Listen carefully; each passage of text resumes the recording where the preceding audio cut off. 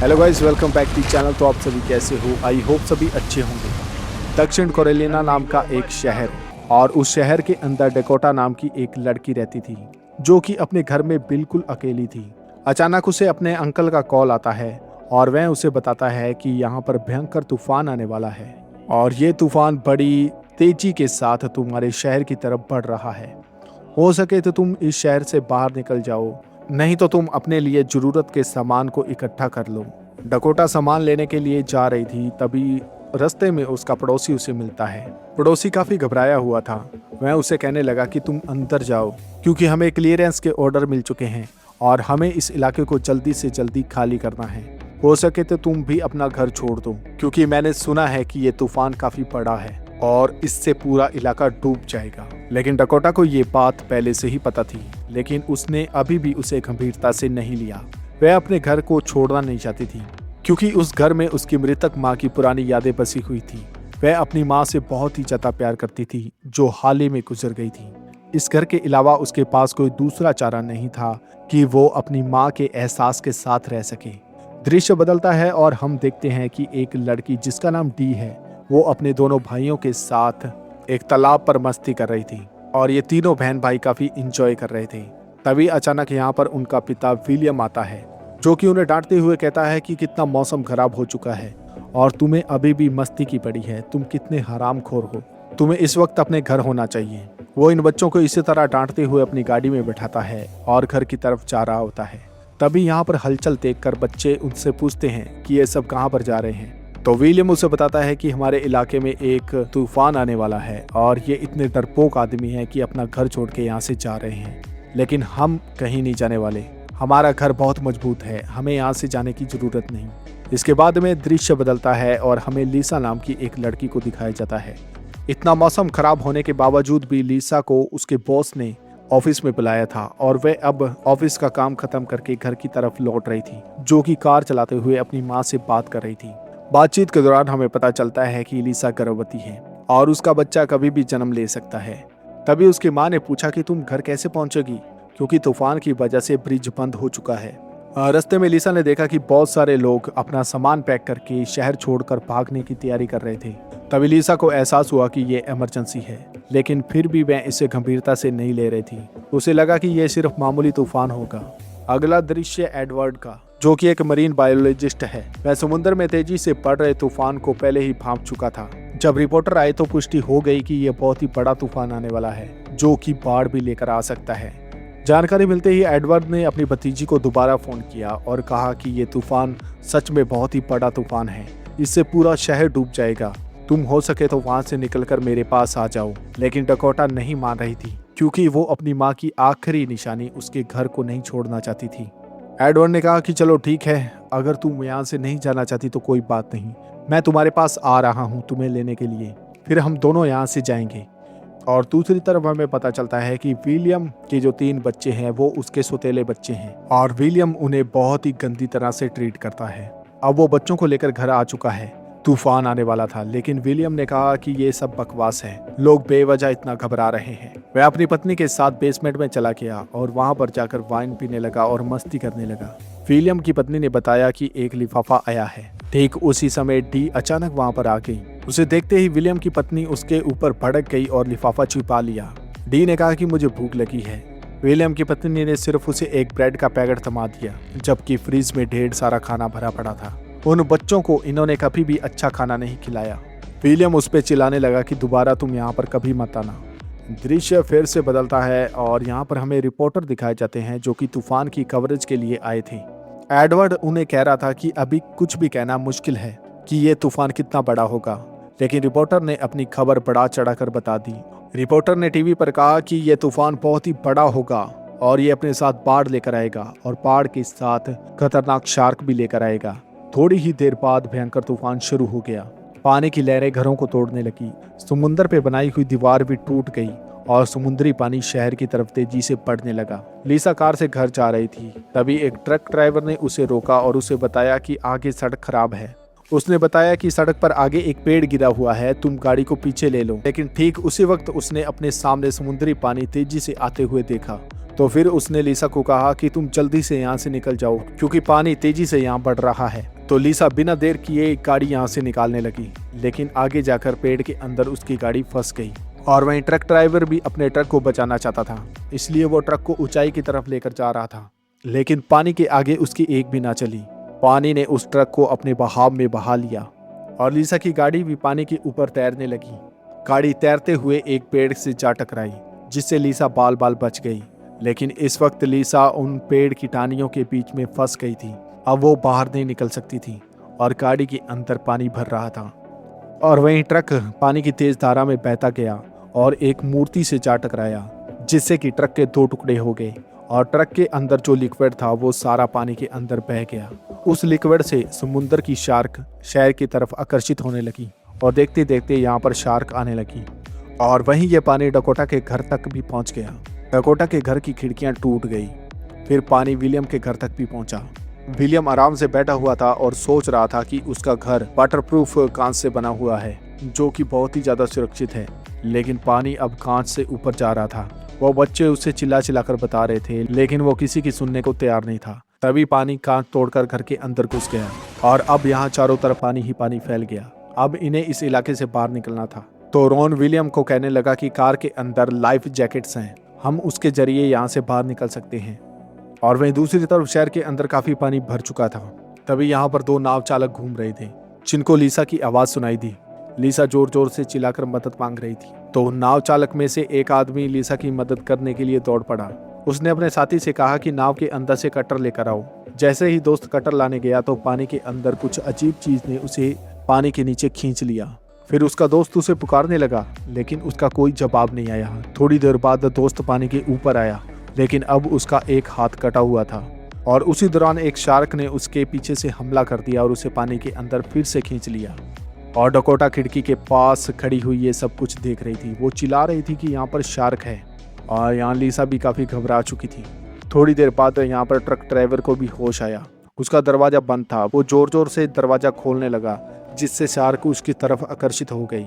जैसे उसने दरवाज़ा खोला तो शार्क ने उसके ऊपर हमला कर दिया और उसे बचने का मौका तक नहीं मिला। और वहीं नाव चालक के ऊपर भी शार्क ने हमला कर दिया और उस नाव चालक ने लिसा के सामने पूरी तरह से दम तोड़ दिया। इसके बाद में दृश्य बदलता है। एडवर्ड को रिपोर्ट मिली कि बांध टूट गया है और पानी शहर में घुस चुका है। उसकी भतीजी अब मुसीबत में है। वह उसे बचाना चाहता था, लेकिन उसके पास कोई साधन नहीं था, इसलिए उसने रिपोर्टर से मदद मांगी। रिपोर्टर्स भी तैयार हो गए क्योंकि उन्हें रिपोर्टिंग करनी थी। रिपोर्टिंग खत्म होने के बाद एडवर्ड अपनी भतीजी को बचाने के लिए निकल पड़ा। इधर विलियम और उसकी पत्नी कार की तरफ जा रहे थे। वह सोच रहे थे कि चुपके से लाइफ जैकेट लेकर यहाँ से निकल जाएंगे, लेकिन जैसे ही विलियम कार की चाबी लगाने लगा तो एक शार्क ने उसके ऊपर हमला कर दिया। और उसी दौरान एक शार्क ने विलियम की पत्नी पर भी हमला कर दिया और उसे पूरी तरह से काट खाया। विलियम भी यहाँ पूरी तरह से घायल हो गया। शार्क ने उसके ऊपर दूसरी बार हमला किया और ये सब बच्चे खिड़की से देख रहे थे और चोर चोर से चिल्ला रहे थे।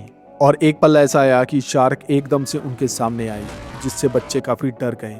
और वहीं दूसरी तरफ लिसा कार में फंसी हुई थी। डकोटा खिड़की के बाहर झांक रही थी।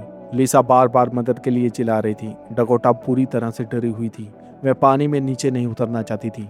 लेकिन जब लिसा ने उसे रोते हुए बताया कि वो गर्भवती है और अपने बच्चे को सुरक्षित दुनिया में लाना चाहती है, तो डकोटा का दिल पिघल गया, क्योंकि वह खुद अब अनाथ थी। उसने अपनी माँ को खो दिया था। वो नहीं चाहती थी कि कोई बच्ची अपनी माँ से जुदा हो। डकोटा ने फैसला किया कि वो लिसा को बचाएगी, इसलिए वो नीचे जाने के लिए एक चाकू उठाया और लिसा की तरफ बढ़ी। उसने वहां पर पहुंचने के बाद चाकू की मदद से छोटी छोटी लकड़ियां काटी और लिसा को कार से बाहर निकाला। दोनों किसी तरह से घर में वापस लौट आए। विलियम और उसकी पत्नी के साथ हादसा होने के बाद बच्चे घर में फंस गए थे। अगर वो पानी में उतरते तो शार्क उन्हें अपना शिकार बना लेती, क्योंकि चारों तरफ शार्क घूम रही थी। डी ने जल्दी से दरवाजा बंद करने की कोशिश की ताकि घर के अंदर शार्क न आए, लेकिन शार्क पहले से ही घर के अंदर घुस चुकी थी। डी घबरा गई, उसके हाथ पांव फूल गए। लकीली उसके भाई ने उसको पकड़ लिया, वरना वो भी शार्क का निवाला बन जाती। अब ये तीनों भाई बहन एक साथ बैठकर प्लान बनाने लगे कि यहाँ से कैसे निकल सकते हैं। रॉन ने कहा कि अगर हमें इन शार्क से बचना है तो हमें मीट पानी में फेंकना होगा। इससे शार्क का ध्यान भटकेगा और हम कार तक पहुंच जाएंगे और यहाँ से भाग जाएंगे। क्योंकि वो कार आधुनिक थी जो पानी के ऊपर भी तैर सकती थी। तभी डी ने बताया कि उसकी सौतेली माँ और उसके पिता बेसमेंट में जब खड़े थे तो मैंने फ्रिज में कुछ खाने की चीजें देखी थी, लेकिन समस्या ये थी कि शार्क घर के अंदर घूम रही थी और अब पानी के अंदर कौन उतरे। उधर डकोटा के घर में बड़ा सा पेड़ गिर चुका था जिसे घर बुरी तरह से हिल चुका था। डकोटा को इसकी खबर नहीं थी। लिसा ने कहा कि पानी का लेवल लगातार बढ़ता जा रहा है, कुछ देर के बाद में घर में पानी भर जाएगा और ये घर गिर जाएगा। हमें जल्दी से यहाँ से निकलने का प्लान बनाना होगा वरना हम सब मारे जाएंगे। लिसा ने कहा कि हमें सिग्नल बनाना चाहिए ताकि कोई रेस्क्यू टीम अगर यहाँ से गुजरे तो उसे हमारा पता चल जाए कि हम यहाँ पर फंसे हुए हैं। ठीक उसी समय लिसा को तेज दर्द होने लगा।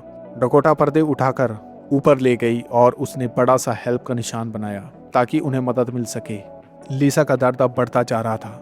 उसे एहसास हुआ कि बच्चा किसी भी पल जन्म ले सकता है। उसने डकोटा को चेक करने के लिए कहा। डकोटा ने चेक किया तो उसने बताया कि बच्चे का सिर दिखने लगा है, मतलब जल्द ही बच्चा आने वाला है और इस जगह पर डिलीवरी करना बहुत ही ज्यादा मुश्किल था। उन्हें जल्दी से यहाँ से निकलना था। तभी पता चला कि एडवर्ड रिपोर्टर के साथ शहर के बाहरी इलाके तक पहुंच गया है और अब यहाँ पर चारों तरफ पानी ही पानी है, आगे कार से नहीं जा सकते और अभी भी उनका फासला 100 मील का है। उन्होंने नाव का इस्तेमाल करने का फैसला किया। दूसरी तरफ उन 3 भाइयों में से सबसे छोटा बेटा कहने लगा कि अंकल विलियम हमें बेसमेंट में नहीं जाने देंगे, लेकिन तभी ये दोनों बड़े बहन भाई अपने छोटे भाई को समझाने लगे कि अंकल विलियम अब मर चुके हैं, अब हमें कोई नहीं रोक सकता। लेकिन तभी अचानक यहाँ पर विलियम आ जाता है। वह एक बार फिर से बच्चों को बहलाने लगता है और उन्हें कहता है कि शार्क बच्चों को नहीं खाती, तुम ऐसा करो कि तुम नीचे जाओ और वो मांस का टुकड़ा लेकर आओ।